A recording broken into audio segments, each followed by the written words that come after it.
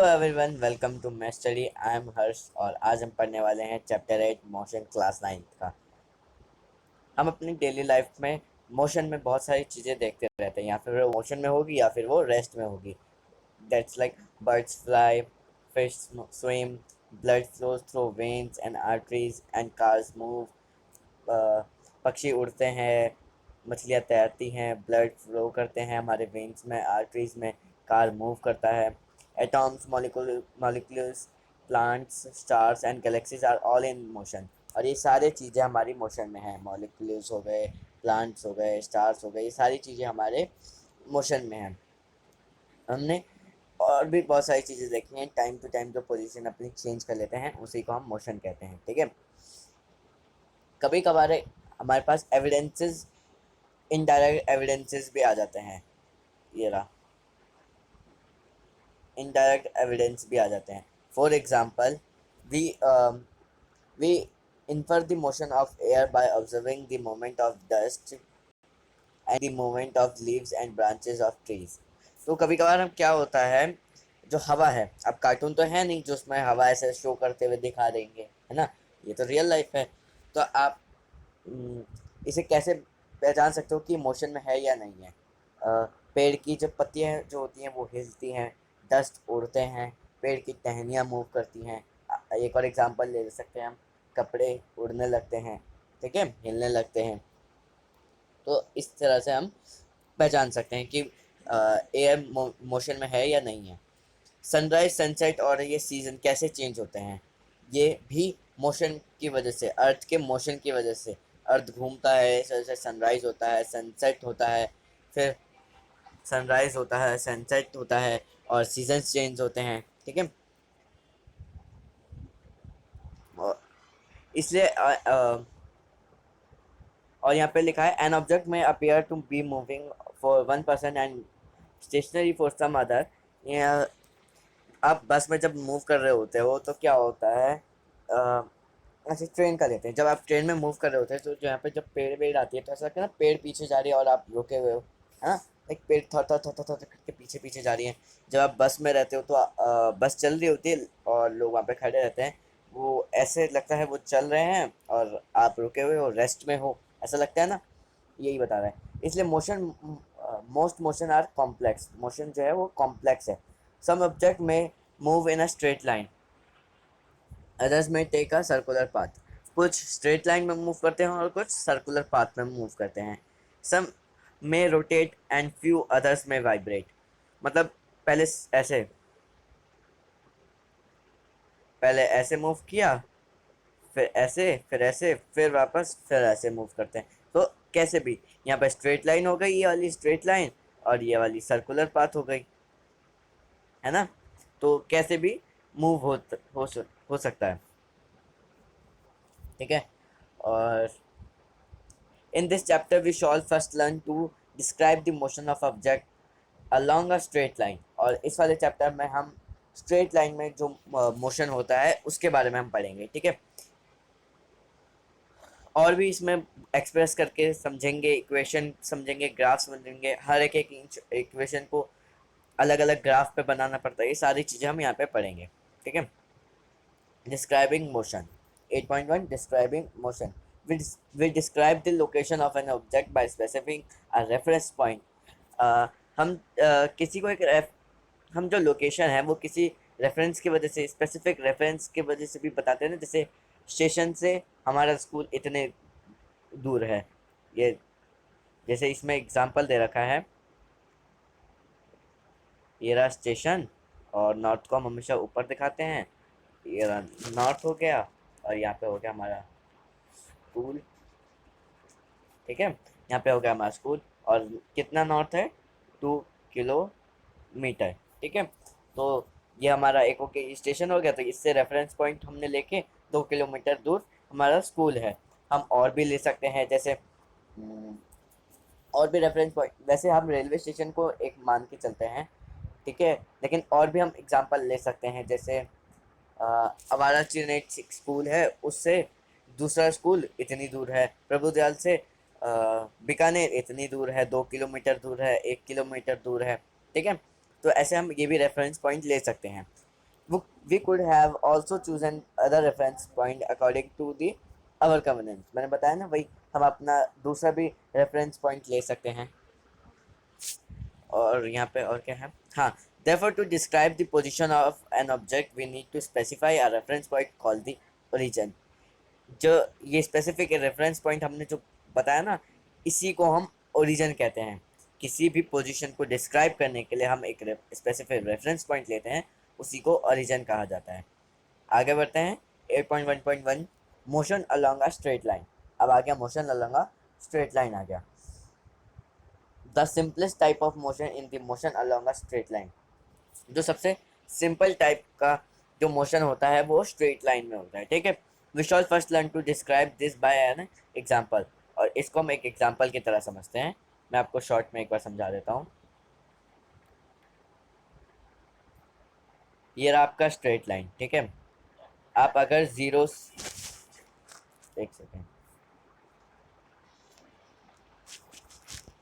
हाँ, अगर आपको ओ से ए तक जाना है तो पहले ओ से सी पे जाना पड़ेगा, सी से बी पे, फिर ए पे, ठीक है।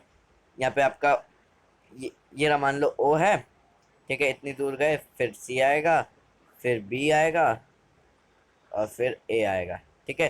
तो आपको ओ से अगर ए पे जाना है तो आपको पहले ओ से सी पे, सी से बी पे, फिर आपको ए पे जाना पड़ेगा, है ना, यही होगा। तो ये हमारी जर्नी होती है ओ से लेकर उस तक। तो ओ हमारा रेफरेंस पॉइंट हो गया, और ओ से लेकर हम ये जाएंगे let A, let B, C, position object हो गए डिफरेंट स्टेंस के, ठीक है। At first the object moves through C and B and reaches A. और अगर हम सी को रेफरेंस पॉइंट लेते हैं तो पहले बी आएगा, फिर उसके बाद ए आएगा। Then it moves back along the same path and reaches C through B. और इसी पाथ पे हम वापस जाते हैं तो पहले उल्टा जाते हैं, तो पहले बी आएगा, फिर सी आएगा, ऐसे आएगा ना, यही बता रहा है। तो the total path length covered by the object OA plus OC, that is 60 kilometre plus 35 kilometre is equals to 95 kilometre. तो इस टोटल पाथ का जो लेंथ होगा वो क्या होगा, ओ ए प्लस ओ ए सी, ठीक है। इन दोनों को प्लस करने पे टोटल पाथ का डिस्टेंस आ जाएगा। यहाँ पे आपको एक चीज़ और समझनी पड़ेगी, वो है मैग्नीट्यूड और, एक सेकेंड, यहाँ पे था मैग्नीट्यूड और डिस्टेंस ट्रैवल, और एक और है, एक सेकेंड। तो इसमें हमें दो चीज़ बातों का ध्यान रखना है। इसमें हम दो चीज़ पढ़ेंगे, एक होगा मैग्नीट्यूड, ठीक है, और एक होगा हमारा डिस्प्लेसमेंट। हम ये फिलहाल दो चीज़ें पढ़ेंगे, डिस्प्लेसमेंट, ठीक है। डिस्प्लेसमेंट पढ़ेंगे और हम मैग्नीट्यूड पढ़ेंगे। तो मैग्नीट्यूड क्या होता है, एग्जांपल लेते हैं। मान लो ये है आवारा चेनेट स्कूल, यहाँ से ये है प्रभुदयाल स्कूल। तो ये हमारा हो गया, ये हमारा 35 किलोमीटर दूर है, ठीक है। 35 किलोमीटर नहीं, 3 किलोमीटर दूर है, ठीक है। तो ये 3 किलोमीटर जो न्यूमेरिकल वैल्यू आई है हमारी, वो हमारी मैग्नीट्यूड होती है। ये हमारी क्या हो गई, मैग्नीट्यूड हो गई, इसी को मैग्नीट्यूड कहते हैं। और हम यहाँ से, हमने यहाँ से यहाँ तक ट्रैवल जो किया ना, यहाँ से हमने पोजीशन चेंज की, वो हमारा क्या हो जाएगा, वो हमारा हो जाएगा डिस्प्लेसमेंट, यहाँ से यहाँ का डिस्प्लेसमेंट। और वापस हम चले जाएंगे तो डिस्प्लेसमेंट हमारी जीरो हो जाएगी। आगे पढ़ते हैं अभी। To describe distance we need to specify only the numerical value and not the direction of motion. There are certain quantities which are described by specifying only their numerical values. The numerical value of a physical quantity is magnitude. तो यहाँ पे क्या कहना चाहता है, यहाँ पे ये कहना चाहता है कि जो जिसको सिर्फ हम न्यूमेरिकल वैल्यू में डिस्क्राइब कर सकते हैं, लोकेशन में नहीं, उसी को हम मैग्नीट्यूड कहते हैं। इसका एग्जांपल लेते हैं आपका वेट। आप उसको डायरेक्शन में तो नहीं बता सकते, आप उसे न्यूमेरिकल वैल्यू में बताओगे, 3 kg, 2 kg, 35 kg, 90 kg। तो वो क्या न्यूमेरिकल वैल्यू हमारी क्या हो गई, मैग्नीट्यूड हो गई, ठीक है। और डिस्प्लेसमेंट मैंने आपको बता ही दिया।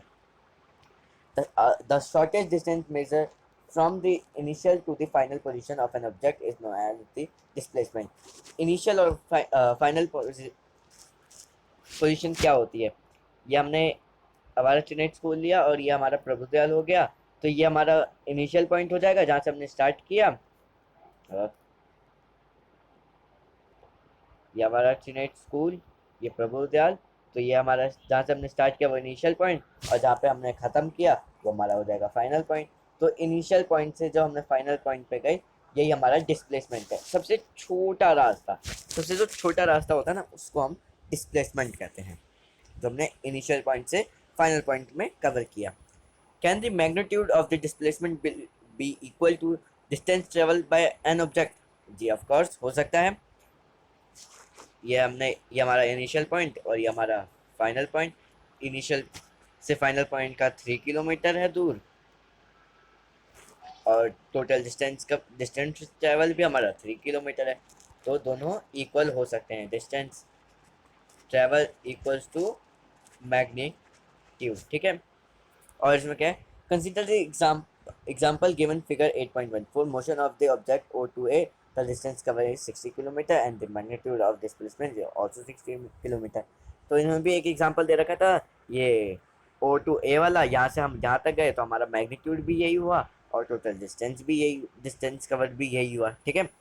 During its motion from O to A and back to B, the distance covered 60 km plus 25 km is also 85 km, while the magnitude of displacement is equals 35 km। तो यहाँ पे एक क्वेश्चन पूछता है, ठीक है। अगर हम क्या है इसमें, अगर हम O to A जाते हैं तो हमारा 60 किलोमीटर होता है, और बैक टू B जाते हैं, वापस हम B पे गए तो हमारा कितना है, 60 minus 35 is equal to 25 kilometre. तो अगर हम बैक में वापस जाते हैं तो हमारा 25 किलोमीटर हुआ, है ना। तो 60 plus 25 kilometre is equal to 85 kilo, जबकि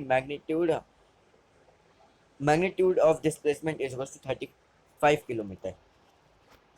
हमारा क्या होता है, हमारा जो मैग्नीट्यूड है ना वो तो उतना ही रहेगा, लेकिन जो डिस्प्लेसमेंट है वो कम हो जाएगा। कैसे? डिस्प्लेसमेंट क्या है, इनिशियल टू फाइनल पोजीशन, ठीक है। ये हमारा क्या होता है, डिस्प्लेसमेंट। अगर हम फाइनल पोजीशन से वापस इनिशियल पे आ जाते हैं तो हमारा इनिशियल क्या हो जाता है, zero. Initial will be zero. तो अब 60 में से 35 माइनस करेंगे तो हमारा 60 में से 35 माइनस करेंगे तो हमारा आ जाएगा ये आंसर। कैसे समझो, देखो एक एग्जांपल लेते हैं।